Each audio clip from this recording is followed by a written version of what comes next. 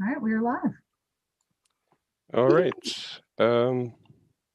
This is the continuing committee's December 2020 board meeting, even though it is now 2021, thankfully.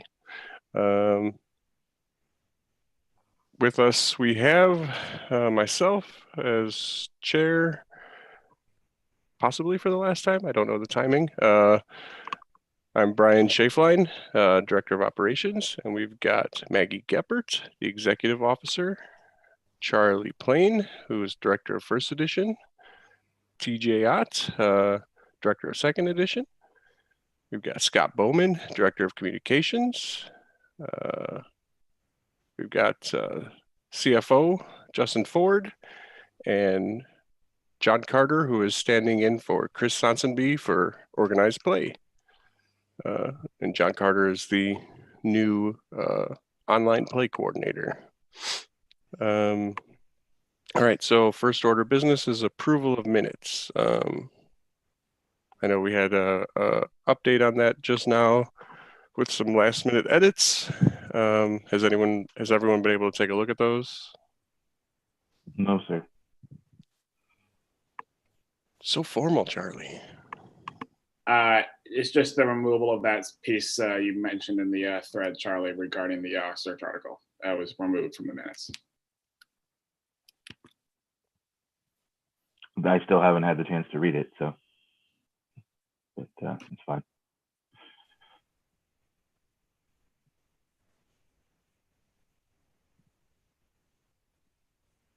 I didn't see any other comments for change since the original link was posted after the last meeting, except for Charlie's.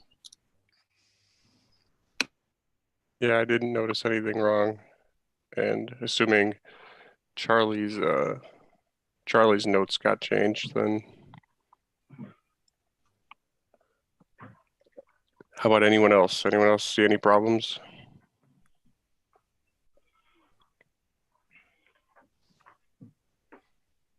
Charlie, would you like us to wait a few minutes to approve those, or? I'm going to look right now, so you can go ahead and call the vote. All right. Well, we could put the approval of minutes towards later, and then we can at least give you a chance to look it over. So how about this, Maggie? How's the XO stuff going? You're on mute. Going well. I went ahead. I finished up the FAQ that just been posted to the for all the officers to take a look at, and should be, unless there's anything anybody drastically needs changed, that can go out for up to the website pretty much at any time. Next thing on the yesterday's being New Year's Day, I did post threads to the period of review forum for each of the 7 departments. So those, haven't seen anybody posting any comments or questions yet, but it is a holiday weekend, so that's there. And today I'm going to finish I'm going to do an article that'll go out, and Scott, if you and Daniel will get the word out on social media that those are available for people to look at and ask questions in the period of review forum. That will be fine. Just a reminder, we did formalize membership when we approved the latest version of the bylaws. So that still does say we offer premium memberships to volunteers. So I want to make sure, I think everybody's gone through and sort of cleaned out their volunteer list, see who's active in their departments and no longer active. But I think that was done. Most of you were doing that over the summer, so that should be cleaned out. But yeah, it's that should be rolling along. I actually wanted to ask about that. Last year, we had a real hard time finding anybody who wanted to host broadcasts. So I was thinking that in lieu of a January board meeting, that we all just answer questions, like we just go through and I will ask the questions of each department head, each of you all, and do it as one show. So, or we could even just forego the whole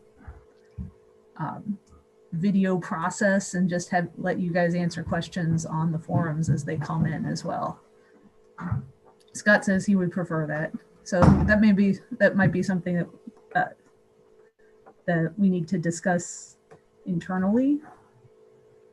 Of course, I am a very written person, so I prefer to write my answers, but some people might be way better, they feel more verbal, so they'd much rather do it off the cuff or, do it on video. So whichever way people want to do it, I would prefer to write responses, but Okay, well, we can talk about that.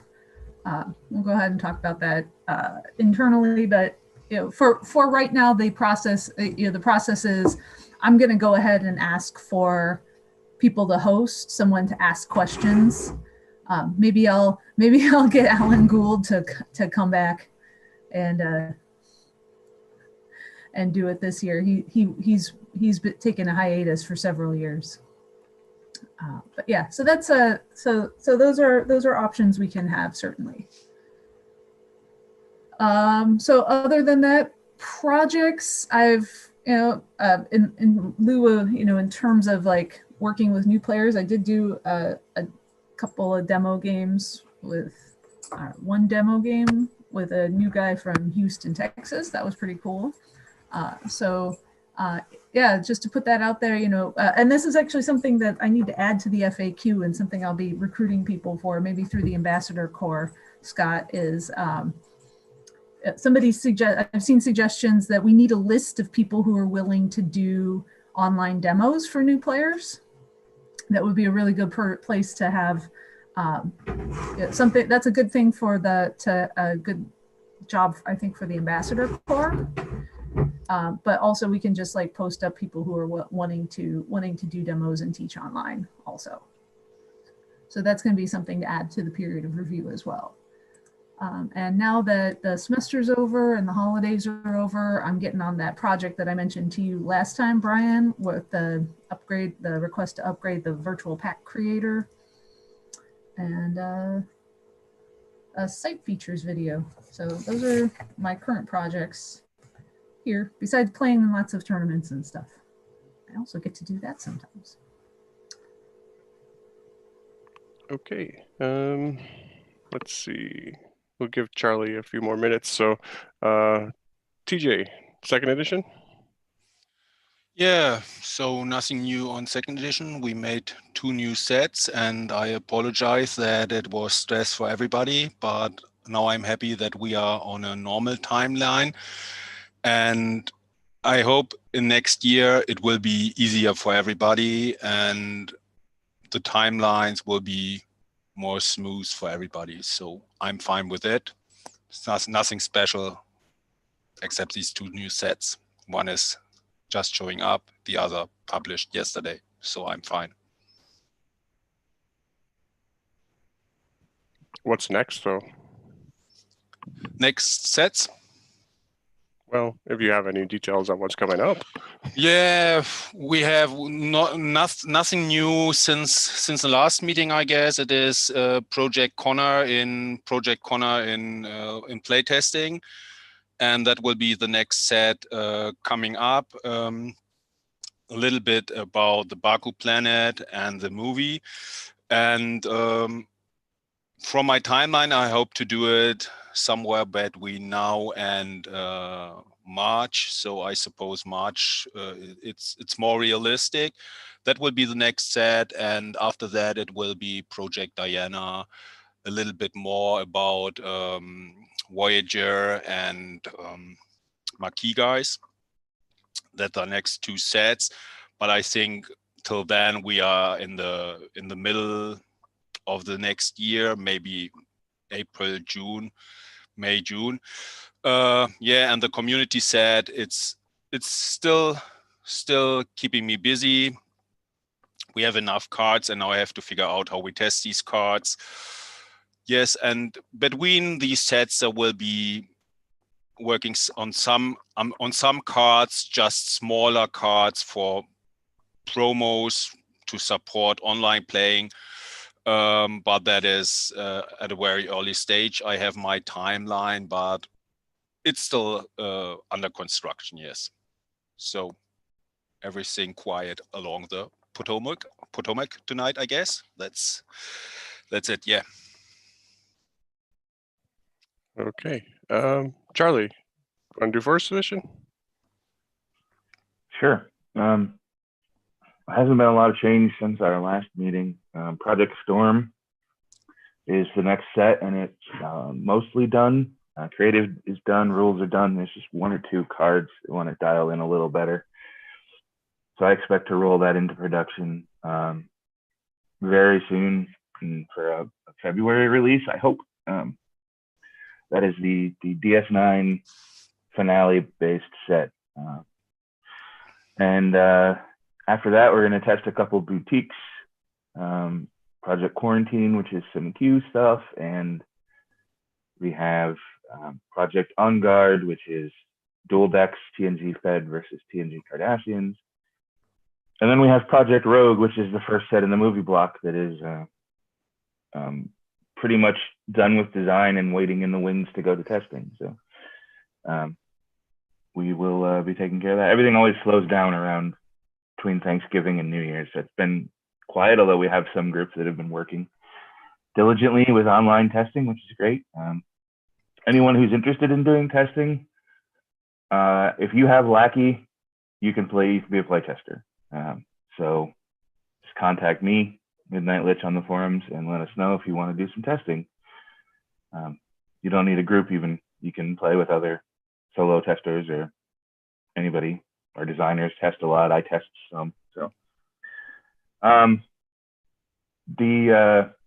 probably the biggest news from both the 1E and 2E world is we're delaying our new promos by a month, just so that we can keep them coordinated. With the new art team and everything going on the 2E side, it's just taking time to coordinate things. So we decided to just release the next set of promos in February instead of January. So that's one thing to be aware of. And if you don't know, I manage the promos for all three games. It's sort of a legacy structure from the old organization, and is really, because so many of the promos are synced up, you know, like all the world's promos and the regionals promos, they tend to be shared. We decided it made sense to have one person manage it, and that was the person that took it on. So that's the reason why I'm talking about 2E promos. But the rules team keeps working hard on clarifications and changes. We have some more clarifying errata that'll be coming out soon. They don't change the card very much at all, but they make the wording clear and take things out of the glossary, which is good. The balance team is up and running. They're looking at some issues now. We're going to start sending some stuff to play testing. Creative team's doing a great job. Art's doing wonderful still. Everything's going well for 1E. And then Will the Collective, we basically finished. We made a Klingon card called Soi Ta. It's going to have a cool shot of the Retarn firing at a bunch of Jem'Hadar, and it lets you play Klingon verbs out of your Q's tent as if they were in your hand. So that'll be fun. That's going into play testing. And 2021, I'm very shortly, hopefully before the period of review, I will be posting my long-term plan, so you guys can see what I and the rest of the department have cooked up for the next several years, and then you can have that information when you have the vote, so you can decide if you like it or don't, and you like me or don't. And beyond that, we're working on lots of really fun stuff for the rest of the year. So I'm happy about where 1E is, and I hope you guys are excited about what's coming. So All right, Scott, communications. Yeah, it's been a relatively busy, at least for holiday season, in my opinion, time with some articles. As TJ mentioned, we had a couple of second edition sets come out, including those cool new alternate image headquarters. So shout out of thanks to Danny and Mike Shea for getting some articles together rather quickly for both the new set, Shore Leave, and then also for the HQ promos. But other than that, we haven't had much going on. I do want to once again say thanks to Danny for pitching in for social media here recently, since we had to sort of replace Austin, unfortunately. And I think as far as a very hectic and completely out of the ordinary Hollywood season goes, holiday season goes for second edition and first edition and Tribbles, and then of course all of us still dealing with the craziness of the pandemic. I think we did a good job of getting information out there, even when the HQ set was supposed to be a little bit of a holiday surprise. It was indeed a holiday surprise, not only for players but for some of our staff. So that was fun. But I think it overall it came off well, and I have seen some other discussion online amongst play groups that they think most of the images look really fascinating for the alternate HQs, and they're happy to see them. So I look forward to playing my first game with an alternate HQ in 2E very soon. All right, John, you want to talk about organized play? Sure, I can do that. As Scott alluded, obviously organized play continues to be a challenge due to COVID. Despite that, we are, I would say, have a solid number of people playing, including a good number of returning players have been recruited recently, particularly through the sealed events that have been run. And so, like, for example, the Subspace series, I think, was a solid success. The last tournament is still finishing. But it had 20 players playing Rainbow Sealed, and so that's a pretty solid turnout, including a few new players. Related to that, this is a kind of general message to anyone watching who participated in the Subspace series. Chris needs your information for prize support. PM it to him. It's lore if you don't know that. Austrian Nationals was also a good turnout, had a solid 1E online one-day tournament, which we haven't seen as many online one-day tournaments in 1E as we have in 2E. Similarly, Tuesday night Tribbles continues to draw good crowds. I know there have been a couple tables or more, even I haven't been there, but I've seen the last few weeks. And so you're really getting some old Tribbles players have come back out of the woodworks who haven't played online in a long time or played at all in a long time with that series. So that's been really good. We had our biggest turnout this past Tuesday with 13 players. So we had 2 tables, 107 and 106. It was nice. It was pretty awesome. Yeah. Good turn, it's the best online Tribbles turnout of any sort in a while. So the regular Tribbles games, I think, were something we used to do that it's good that we're back to, and hopefully we can stay on top of that. We have actually 5 events starting in the next 2 weeks of all different sorts. A couple different sealed events, different league events. I'd encourage players to check out league events, given that there are a lot of opportunities to play in one day or, different types of tournaments of your joy. We're trying to have at least one constructed and one sealed event in each edition every month during league season. And so there's lots of opportunities to play, test out new decks and new ideas. It's kind of the off season of high stakes tournament play. So it's a great time to just play in these varied options of little tournaments to try out your new deck ideas, etc. I think that's the biggest one, biggest thing is there will be an online play.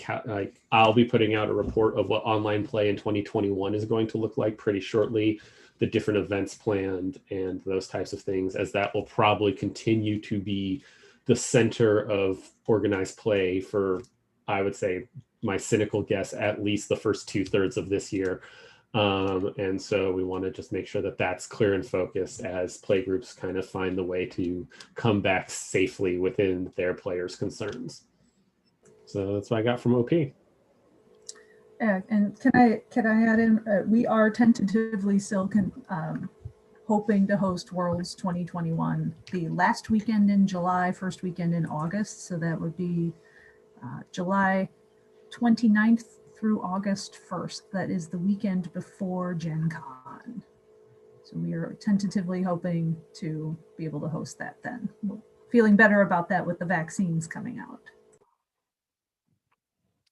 Okay. I will do our operations. Let's see. We had the raffle.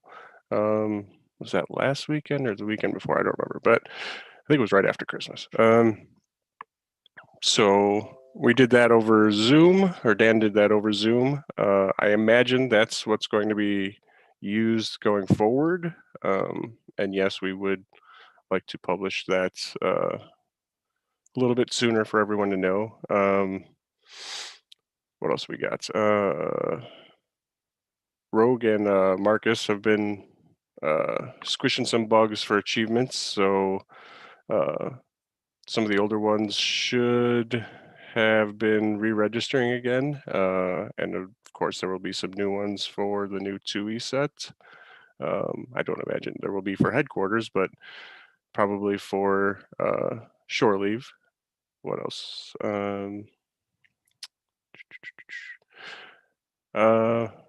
Most of my time has been spent 2E art stuff.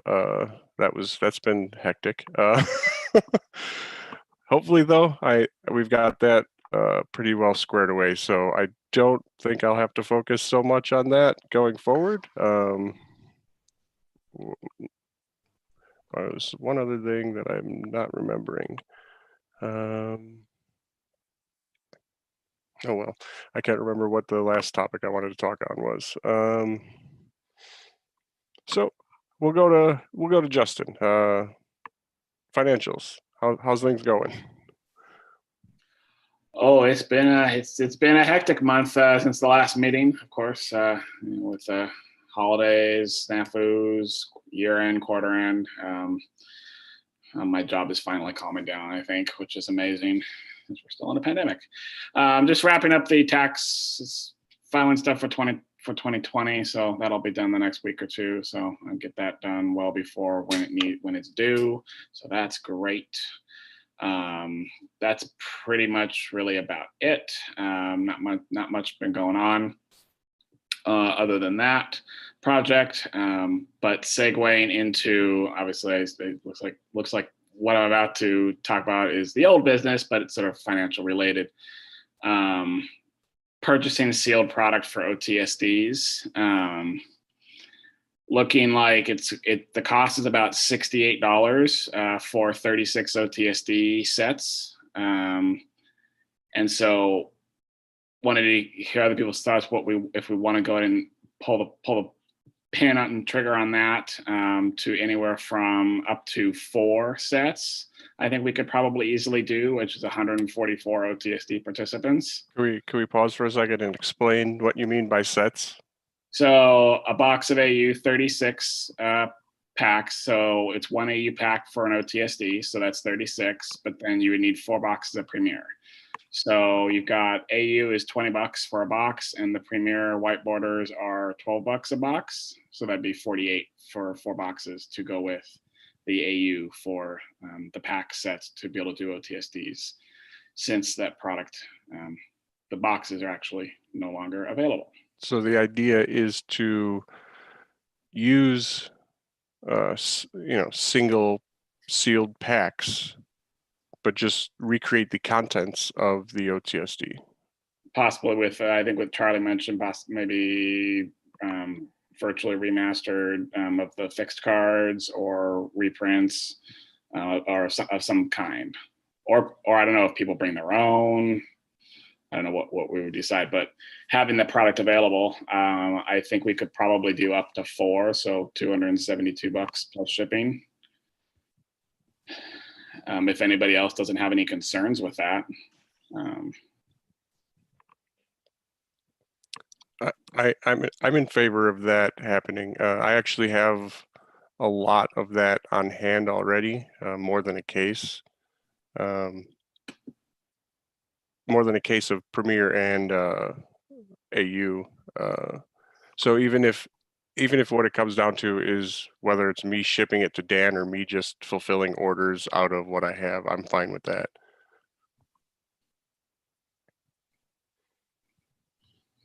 I'm 100% in favor of buying the maximum amount that we can buy.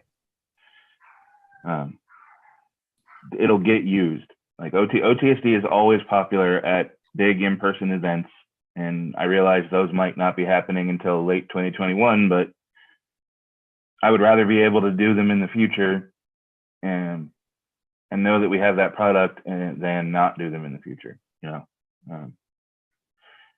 And I know that we could do it virtually, but there's something just fun about opening packs, and doing it virtually only puts a lot more work on the back of the TD, you know, and the event organizer. Right now, you have to print out a bunch of copies of the OTSD fixed cards, but having to do that plus 5 packs per player is just a massive amount of work.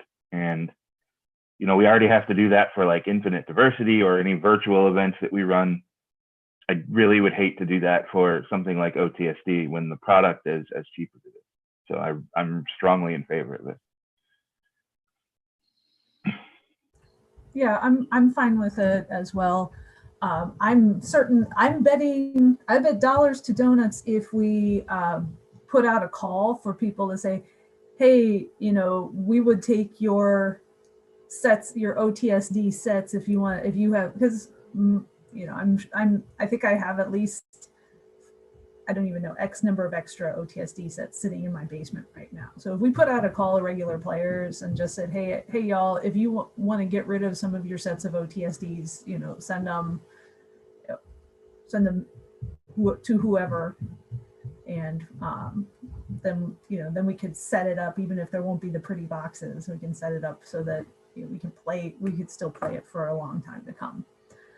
So I'm in favor of doing this. Who's going to store the cards? Well, does Dan still have room in his warehouse, Charlie? I don't know. I'll ask him. If not, I can store them. I've got room.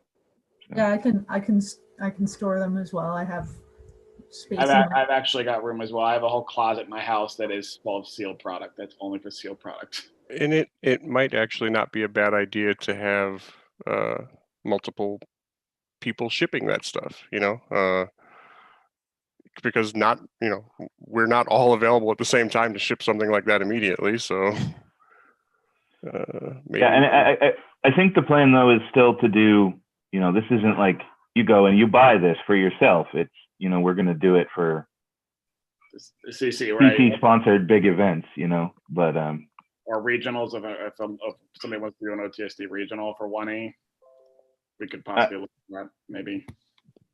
Yeah, I mean, we have to sort all that out, but I do also have a lead on new boxes, which is an option. I have to talk to my, actual replicating the OTSD box. Just without the cover, right? The possibility of printing the cover exists. Okay. But I need to talk to my rep, and she's on maternity leave right now, so it'll be a couple months before I can find out for sure. But I think even plain boxes would be fine because we have the cover generator. You can make your own covers, so I think there are some options there. Well, sounds like there was no negative opinions about purchasing it. So yeah, after this meeting is over, I will. I think we can do 4 sets on the CC end. So the CC will have 144 OTSD participants readily available to ship out as needed. Yeah, I'm good with that. Everybody else okay with that? I would just say yes, but also add a call for anyone who wants to.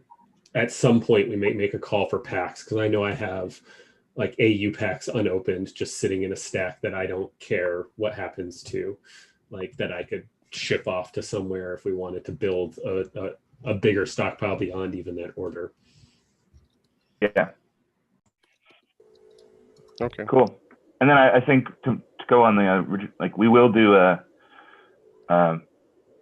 probably are going to do OTSD remastered and get nice high res prints of the 20s, the fixed cards. But whenever we run a tournament, we'll just say, if you have these, bring them. You know, bring your own physical cards if you have them, and the TD will have some number of the fixed cards available to provide. Because anybody who's played 1E more than a couple years has a set of those cards sitting around. So Yeah, I've got probably 20 or 30 sets of those. do we want to vote on this, or do we need to vote on this, Brian, or do we just I don't do think it? we Even I need have to. one of those sets. There hasn't been any objection, so we'll take that as approval. Was there any other, while we're on the topic of sealed product, did anybody, I know it's mainly for 1E, was there any Tribbles cards, or do we need, Charlie, do you have any desire potentially of other sealed product that you were looking at? Maybe down the road. I think this was the big one, just to lock in. There's been some talk about some other options, but we need to explore them a little more before we move forward on anything. So, Perfect. All righty. Well, I will order the 4 sets, and since I'm working from home, the product won't get. It will be safe, so I'll be able to see the package. So we'll get those ordered after the meeting. All right. Thank you. All right, so we got past the old business. Thank you for segueing right into that, Justin. That's why I put you last. New business. So dream card policy has come up again in the forum. People would like to post images rather that aren't just straight up art swaps. I don't know if everyone has been able to go back and look at the last proposal from that, but has anyone changed their mind on where the policy is right now? Which is essentially you can post an image, like a dream card image, so long as it has no functional changes to the card. The only thing that's changing is the image. I personally would like us to be more lenient on that, allow more, but from the last time we had this discussion in May, it seemed like most board members were not in favor of that. They wanted the more strict version. So I'll just kind of open the floor here. Would anyone like to see that policy expanded? That's the easiest way to start it, I guess.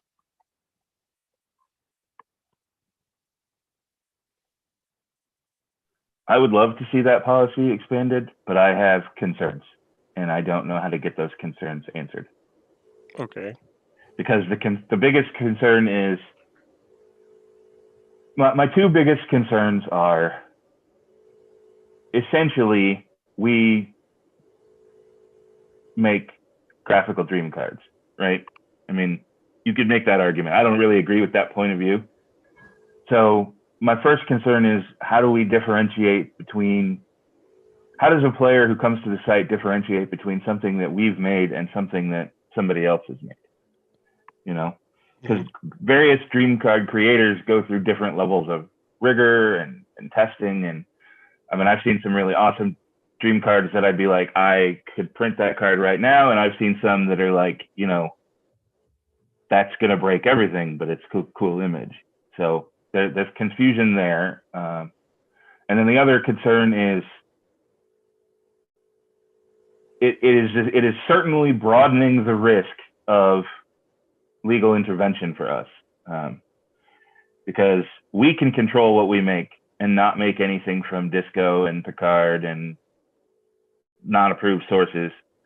But can we, if we're allowing graphical dream cards, can we do the same? And then, like, if you know, it's sort of an open secret that CBS knows we exist and tolerates us because we don't do anything where we shouldn't.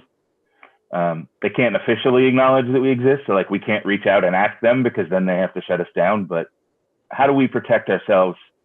How do we protect people that are using the cards, and how do we protect ourselves from poking the bear? Those are my big concerns, and I don't know how to get those answers we need to those. Well, I think to address the second concern, we just would need to put in the framework of the guidelines, no disco or Picard images would be allowed, since those are the two hands-off content that we're not touching. That's probably the easiest one, I think. That would put it all on the moderators, though, which I don't know is a reasonable request.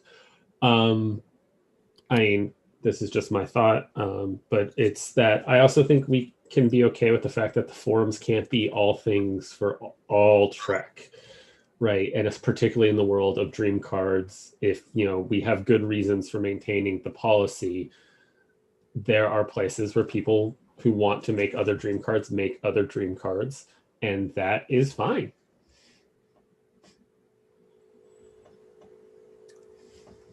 I generally agree with you, but that new volunteer, Mark, I think his name is, was talking about how they don't feel welcome here.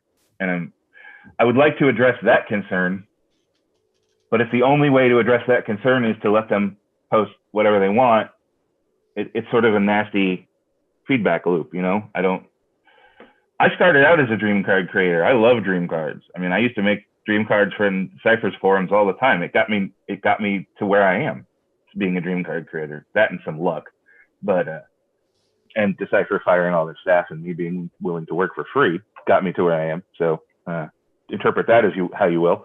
But I would love to do more. It's just I think there's just a lot of conflicting forces here, and I don't see a clear path out of it that can allow me to What if I want to vote yes, we should change it, but I feel like right now I can't do that. Right. What if there was a limit on no what is the best phrasing? Well, we could work on the phrasing, but what if there was a limit so that there was no, you could not use commercially active, I guess the equivalent would be property logo in 1E, but I don't know the exact way that phrasing should work. But so it would not be the disco stuff, not be the Picard stuff, not be the lower decks and whatever else they've got in the plans right now, Section 31, things like that. But if we limited it in that way, it would be, it would keep that distance from the things that are being commercialized right now. I think if we limit it in that way, there's no reason to do it. There's no reason to make the change if we're going to be like, you can do whatever you want except for the stuff you really want to do. I mean, what's the point there? Yeah. So I think we could. So the major concerns to me are people bringing non-tournament legal cards to trying to bring non-tournament legal cards to tournaments, and the problem with copyright. So the rules, if we were to go this route, would, in my mind, would need to be you are limited to, so anything that gets posted to our boards would be limited to the license that Decipher had. So now technically, I don't think they had license to the animated series, but nobody cares about that. So we've been, with our Tribbles, that's been problematic, I think, or maybe not. But limited to what Decipher had the license to, and you have to put a watermark over your card that says it's not tournament legal. And it also then would also have to say this is the same thing we put on all of our cards, which is this is not endorsed or by CBS Paramount. Would those rules? And then, the moderators are going to have to be watching this more. And that's going to be a problem as well. So there is I suppose you could call it a technological solution to the watermark thing. We could automatically watermark the images that are posted. That is a possibility. So you could automatically have something on there that says, not endorsed by blah, blah, blah, and also not for tournament use. Those could, like I said, those could automatically be added to images. If that could be automatically done by the system, so when a dream card gets put up, that is back-end programming that just gets added automatically, that would actually probably that would take it out of the moderator's hand, because then we'd have the disclaimers already would be system programmed. And then that's more work on your team, Brian. But if you guys, I don't think it takes it out of the moderator's hands, because the system probably can't tell where the image came from. Right. And there's also that, like, even your commercially available prop, like, how do you define JJ Trek? Is it commercially viable? Because there's no movie in production. They haven't made one since 2016, 2015, whatever. So that's, and then it's like, okay, season 4 is the last season of Discovery. So after the season ends, is it fair use? Like, so then put a year on it. I don't know. Well, no, I'm like, it's not what's commercially, but in commercial right now, I think it's what Maggie said, is what limited to what Decipher had the license to. So Decipher never had the license to obviously Discovery, because that wasn't in existence at the time. And so it's a fixed set of pool. This is what Decipher has the license to. This is what is, allowed. Any images outside of this would be rejected. But again, John's point is, like, who's doing the rejecting? Like, we don't have 24/7 moderation, right? And if somebody posts, Saru at 10:30 at night and nobody sees it until 8 in the morning, and CBS does a random spot check on us at 7:30 in the morning, we're bugged. I mean, that's an extremely unlikely set of coordinates. I want to acknowledge that is an extremely unlikely set of circumstances. I also want to acknowledge I am extremely paranoid about pissing off CBS, right? I mean, hopefully that's understandable. I've put 13 years of work into what we're doing, and I'd hate for it to just go away because we did something we shouldn't have. I'm extremely sympathetic. I want to be welcoming to the people who don't feel welcomed here, but I don't think we can dismiss out of hand the risk here. Does that make sense? Yes. Makes complete sense. And I counter that with the people that say they feel unwelcome. Aren't they making dream cards about the current series? And don't they, is it their chief complaint that they can't put that stuff on the site? So if we make this policy change, but then with the, bylaws of, but you can't put the stuff that you've been making on other sites. I mean, what does that solve? It just makes it more complicated for the moderators and, in some way, the programming team. I don't think it's worth the effort to make the change if we're going to go halfway.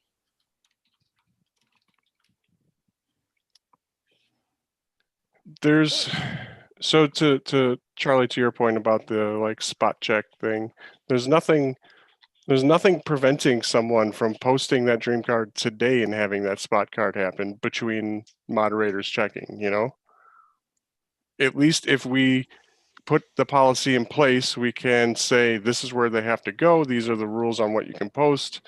This is the watermark that goes on every single one of them.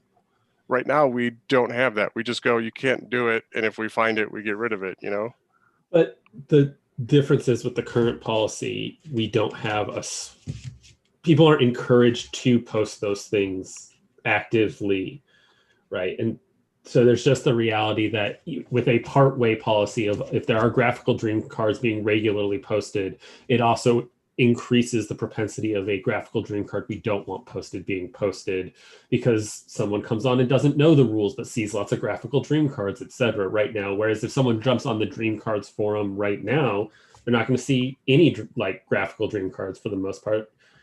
And so there's much less chance overall of the moderation team needing to do that, but also the fact of things will be caught quicker because I don't have to go through 150 cards to check all of them to make sure they're fine. If I'm a moderator, I can check the handful of graphical card uploads that get posted. And so it's the simple reality is once we start allowing graphical dream cards, the odds of things we don't want getting published and sitting unseen for a long time go immensely, not even a long time, any amount of time, go way up. Can I? All right, I would offer something a little different because you brought up good points. What if we had a dream card moderation team? They would approve new posts Before they go live. before they go live. That is in place on the forum right now for new users. That could be put in place for a specific forum where posts can only happen upon approval. The moderation load would be, more than a normal moderation load, I imagine, but we would have a specific team for that forum of dream card moderators. The way we sort of do have that for the politics Quarks bar stuff, there's a separate team of moderators for that. Could we do a Quarks bar thing where it's an opt-in area of the forums? Yes. Because that sort of minimizes the chance that somebody stumbles onto one of these cards and thinks that they're tournament legal, right? If they have to. That's brilliant, Charlie. And I think with the pre-approval in place as well, if I think we want to really cover our bases on the legal side if we're going to do it. I'm desperately trying to find a solution to make this happen. Like I cannot say how much I would love this to be a thing, but it terrifies me. So if we do approval required to post, if we require them to be watermarked, and we make it an opt-in, just a opt-in forum, and we could even do something like we do with tournaments and tournament reports, where it's like, click here to go see the graphical version of this, and then takes you to a page that tells you how to get into it. At least then we're trying to make it's a compromise between legal protection and accessibility. Obviously, it's less accessible than just allowing them to be posted, but it puts that screen there, so. I like that idea because, because if we're putting in post approval for the dream card form, that would also probably, would we be able to distinguish between a regular post, somebody wanting to, I'll admit, I never go to the dream card forum. So like someone going to posting to one of the thematic challenges versus someone wanting to post a graphical dream card. So having a separate forum for graphical dream cards that is a private forum like Quarks Bar, I think that makes a much better, I think that's a better option than allowing it in the regular text dream card form. Because in the text dream card forms, people are doing dream cards are they doing dream cards from Disco and Lower Decks and stuff? I think I've seen that, yeah. Okay, so I don't think we need to change anything about that, but I do like the idea of having a Quarks Bar style forum, private forum for the dream cards, and then we can put on the rules there. We can have a separate moderating team. You can have a rule there that that any new posts need to get approved. So how does that work, Brian? So when somebody hits submit, does that post then just go into the moderator's queue to basically review, approve, and reject, and then if they approve it, it gets posted? Yes, that is what I've seen. I won't say that I understand all of the mod tools at the moment, but yes, that's what I've seen happen for other areas. And before any of this would even happen, this would probably come to the board again, but I'm going to have to go test all that sort of stuff, the hidden forum, the watermarking and everything. So we don't necessarily have to agree on the end policy today, but I do appreciate that we've moved that ball a little bit towards let's try to see what this, how this would work. The other thing we should do is ask the people that want this if this is acceptable, because if their answer is that's too much, I don't want to ever do that, then it's not worth doing. You know what I mean? Like, right. Hopefully I hope that they would be willing to compromise with us. But if they're not, and I don't want to frame it that way, if the ideas here are not acceptable, then there's no point in you doing all that research, and we're going to have to revisit the topic, so. All right. I think that's about as far as we can go on that topic. So thank you, everybody. The next one is the principal promos. Charlie, I think you've already touched on that, but if you want to, I don't know, summarize. Yeah, I touched on the new promos, but the printable update is also going to be delayed to the first Monday in February for just similar reasons. We just want to make sure everything's coordinated and we have the time to iron out any bugs. And it's my decision. It's not I'm not blaming anybody, but this just gives us an extra month to like sort stuff out. It's just to make sure that all of our I's are dotted and our T's are crossed, and we can deliver the quality product with the consistency that we want in the future. So there'll be an article going up on Monday explaining this, but new promos and printable promos will be happening the first Monday in February instead of the first Monday in January. Okay. Yeah. Brian, could you make sure that on the virtual pages, then the dates, the printable dates get changed?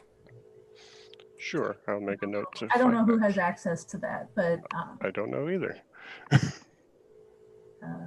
yeah, because I'm just looking at what it says is it's available when things are going to be available. So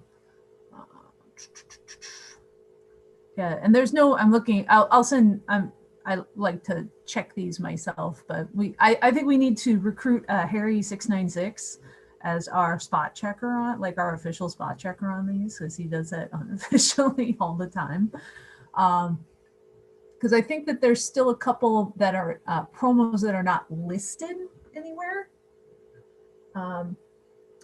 Like the Sarek ambassador promos are not listed on the pages. And so I was gonna, that was one of my things on my to-do list today, was I was gonna go look at that stuff and see what's missing from the list that I know exist. Yeah, I'm still looking for somebody to help go through cards that have received errata, but the virtual promo did not. And I need some help getting that list so I can get those fixed too. Oh, so if anybody out there is listening and is willing to do that work for me, second edition has that. We actually have a list of that on Yeah. the errata team board, so I'll go and grab that for you, Charlie. Okay, I just need somebody to do the wanting list then. So. Okay.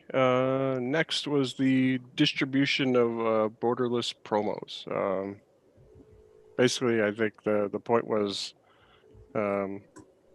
with the sort of lack of tournaments over 2020, not as many of them have gone out as we necessarily expected. Those aren't out in the wild maybe as much as people thought they would be. What do you guys, Charlie, I know that was a big project for you. What do you think? I mean, but we all need to just acknowledge that COVID fucked up all of our plans with those, but we didn't adapt as well as we should have.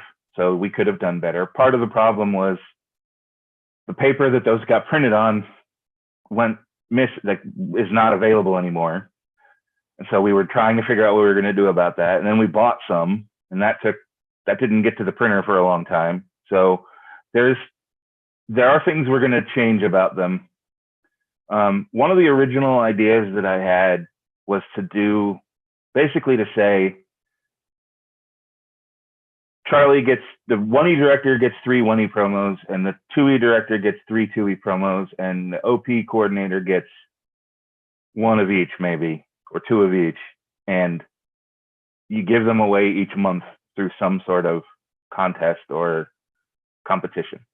So for OP, it could be like, we're going to pick 2 people that played in a tournament in this month and send you a borderless promo randomly,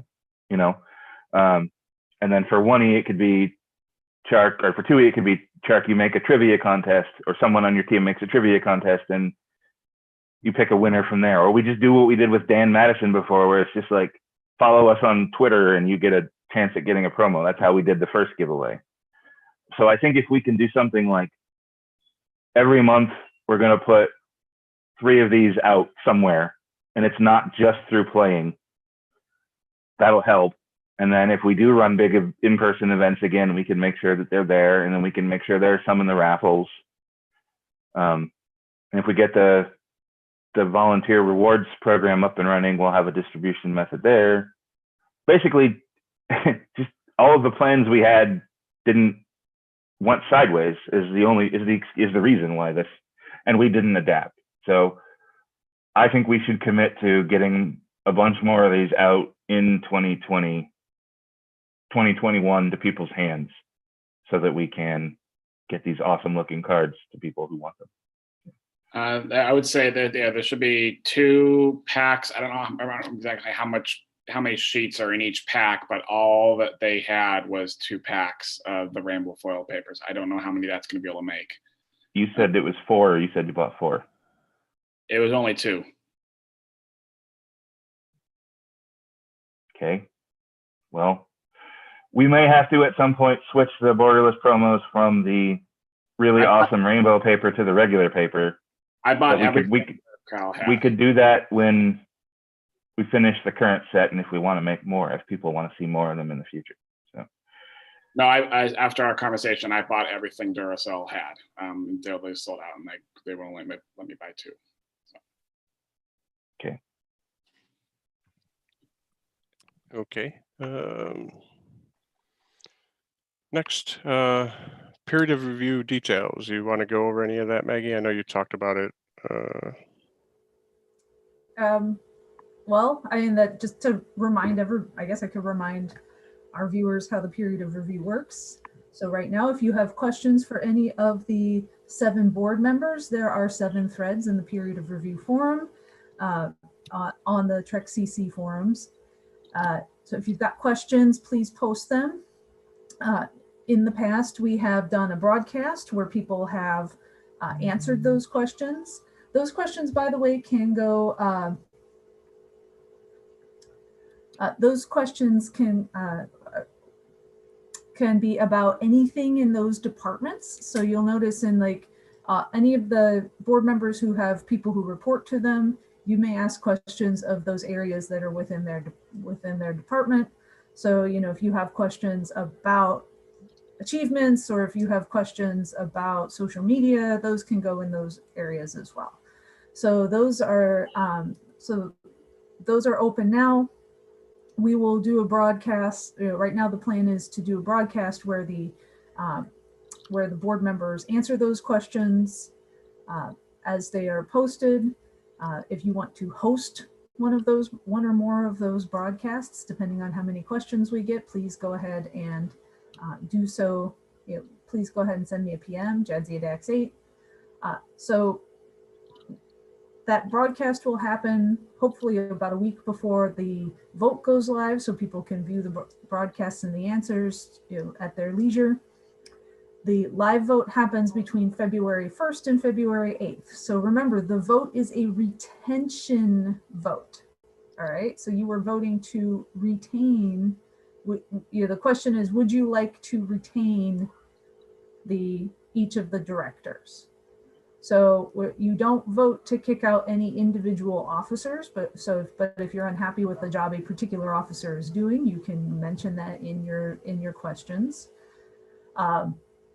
So that vote will be available February 1st through the 8th. I'm planning on using OPA vote again, which worked much better than whatever we were using before, and I don't have to sign up for a 6-month membership that you then can't cancel. Yeah, the first place we used was like that. And all right, so then February 8th, the vote closes. Whether we retain, if we retain our seats or not is up to the people. Up to the members who vote. By the way, membership is anyone who has an active premium membership. So you can spend $5, get a month's premium membership to the website. and get raffle tickets, get your own personal blog, get all of the other stuff. So anybody who has an active premium membership at the time of the vote can vote. So I would emphasize, please buy your membership before February 1st. It makes it easier for me to load everybody into the OPA vote system at one time. But yeah, and then, if we retain our positions, then, we have a regular February board meeting. By the way, the February board meeting is when we change over who the chair is. So start thinking, those of you who are not those of us who are not currently chair, who wants to be chair, and I'm gonna not it right now. But yes, so think about that, because that's when the changeover for board chair happens. So I'll be running one more meeting and then handing it off to someone else and saying good luck. All right. So one thing we put off till the end was approval of minutes from the last meeting. Has everyone had a chance now to look at the meetings minutes? I move to approve. All right. Thank you. Second. All right. Anyone opposed to approving the minutes from last meeting? I'm abstaining since I wasn't at the last meeting. That's good, because you're not allowed to vote. All right, I got a bunch of shaking heads to say no, so we'll consider the minutes approved. Thank you, Justin. Has anyone seen anything public comment wise to ask a question of us? I do note that over on the YouTube comments, Chris Lobin said that he can help update the printable dates for those promos that we talked about that will be delayed. So he can update those dates on those pages as to when cards are printable. Thank you, Chris. And Alan, in that same thing, Alan said, do images need to be hosted on server? Could we not get the same place with, here's a link to my Imager site? Yeah, so I don't know if we currently allow people to post dream card links to their dream card forums, but they're Imager sites, but that's also an option. Anyone see anything else?